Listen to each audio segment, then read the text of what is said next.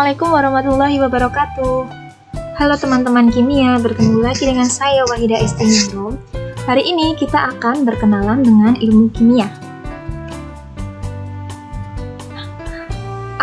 Kita akan belajar apa sih di dalam pelajaran kimia itu? Simak terus ya.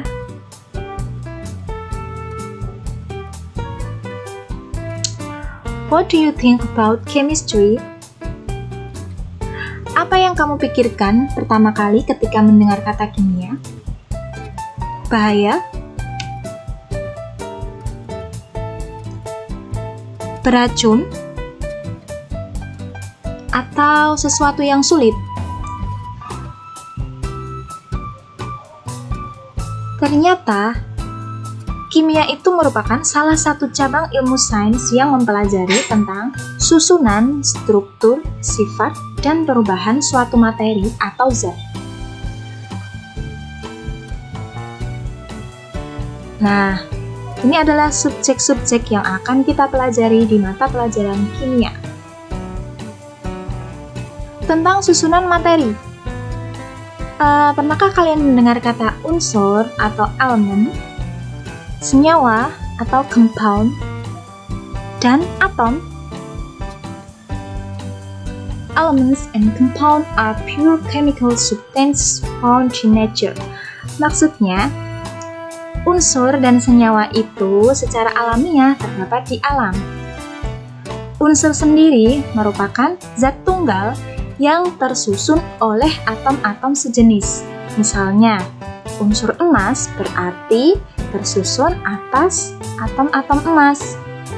Nah, unsur sendiri di bumi ini itu sudah disusun sedemikian rupa berdasarkan sifatnya di dalam tabel periyodik unsur. Di sini bisa dilihat, ini adalah letak unsur Au di dalam tabel SPU. Au artinya aurum ya. Emas tersusun atas atom-atom emas. Itulah yang dimaksud dengan unsur.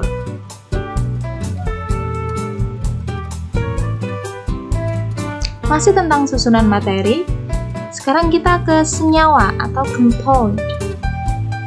Senyawa merupakan material yang tersusun dari beberapa unsur yang berikatan secara kimia. Misalnya, air tersusun dari hidrogen dan oksigen. Coba kita lihat ilustrasinya. Itu ada 2 unsur hidrogen dan 1 unsur oksigen. Kemudian mereka berikatan membentuk molekul H2O atau molekul air. Contoh lain yaitu amonia atau NH3. Kita biasa melihat amonia di pupuk ya. Nah, ini adalah bentuk molekul dari amonia atau NH3, yang dimana di dalam amonia itu terkandung unsur nitrogen dan unsur hidrogen. Struktur materi. Struktur materi itu mengenai gambaran tentang bagaimana partikel-partikel itu saling terikat dalam suatu materi.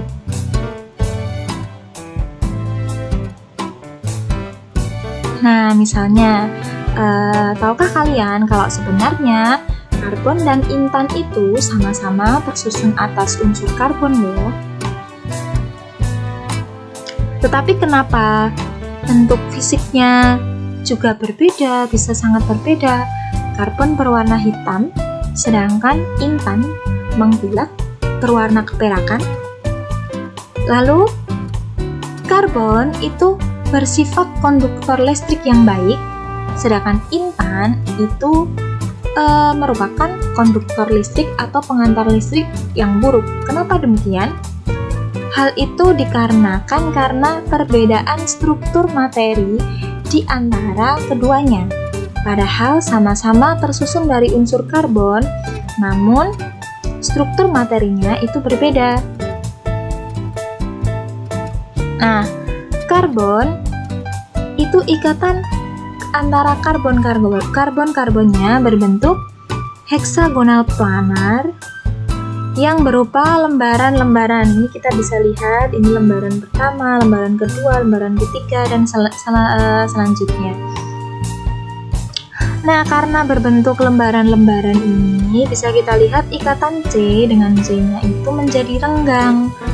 Karena renggang itu, elektron menjadi mudah mengalir di sekitar atom karbon. Adanya aliran elektron ini yang membuat material grafit ini menjadi konduktor listrik. Kemudian karena ikatannya tadi renggang, ini menyebabkan material grafit ini bersifat rapuh. Coba kita lihat struktur materi dari intan. Ikatan karbon yang terikat pada molekul intan itu berbentuk tetrahedral. Nah, jadi ini ikatan C dengan C-nya itu semakin kuat. Jadi ini berbentuk 3 dimensi. Nah, karena rapatnya ikatan C dengan C itu menyebabkan elektronnya sukar mengalir sehingga intan adalah konduktor listrik yang buruk. Lalu karena rapatnya ikatan karbon dengan karbon menyebabkan material intan itu keras. Hanya intan yang dapat memotong intan. Itu saking kerasnya. Selanjutnya, tentang perubahan materi. Waktu SMP, kalian sudah pernah mendengar bahwa perubahan materi itu dibedakan menjadi 2, yaitu perubahan fisika dan perubahan kimia. Perubahan fisika itu hanya fisiknya yang berubah, tetapi zatnya tidak berubah. Contohnya, ini misalnya adalah balok es ya. Kemudian waktu ditaruh di udara terbuka, lama-lama akan mencair. Nah, balok es itu tersusun dari material es atau air yang berbentuk padat. Lalu ketika mencair, dia tetap sebagai air, hanya bentuk fisiknya berubah menjadi cair. Nah, itu artinya perubahan fisika, karena tidak terjadi perubahan zat. Zatnya tetap sama-sama air, hanya bentuk fisiknya saja yang berubah. Kalau perubahan kimia, cirinya adalah terbentuk zat baru. Contohnya dalam kehidupan sehari-hari bisa kita lihat adalah peristiwa pengkaratan besi. Kenapa besi itu bisa berkarat? Besi ketika bertemu dengan oksigen itu akan terjadi reaksi redoks seperti yang saya tampilkan ini. Sebagian oksigen dari udara itu larut dalam tetesan air dan akan mengoksidasi ion Fe2+ menjadi Fe3+ yang akan membentuk karat besi, yaitu Fe2O3XH2O. Nah, senyawa Fe2O3 inilah yang menyebabkan karat besi itu berwarna kecoklatan atau orange gitu. Selanjutnya, kalau kalian pernah melihat percobaan pembuatan peraga gunung berapi, itu merupakan reaksi antara baking soda atau NaHCO3 dengan asam cuka loh. Nah, itu akan menghasilkan gas karbon dioksida. Gas karbon dioksida lah ini yang akan menekan ke atas sehingga seolah-olah timbul lava. Selanjutnya, perebusan daging.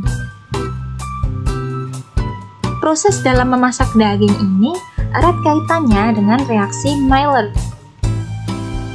Reaksi Maillard adalah reaksi ketika asam amino di dalam dagingan tersusun dari protein ya, protein mengandung asam amino.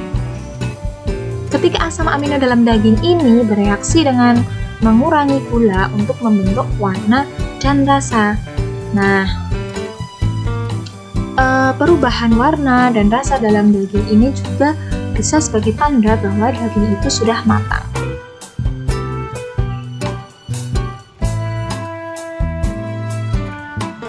bisa kita simpulkan bahwa ciri-ciri perubahan kimia itu terbentuk zat baru dan biasanya bersifat irreversibel. Jadi zat awal dengan zat akhir yang terbentuk itu sudah berbeda. Contohnya ketika ada pembusukan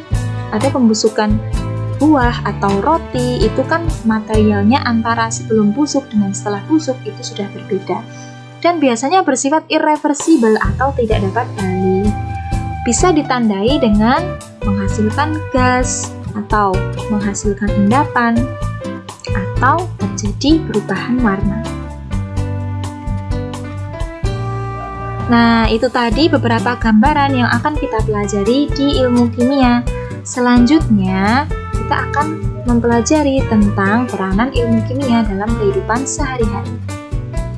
Terima kasih atas perhatiannya. Wassalamualaikum warahmatullahi wabarakatuh.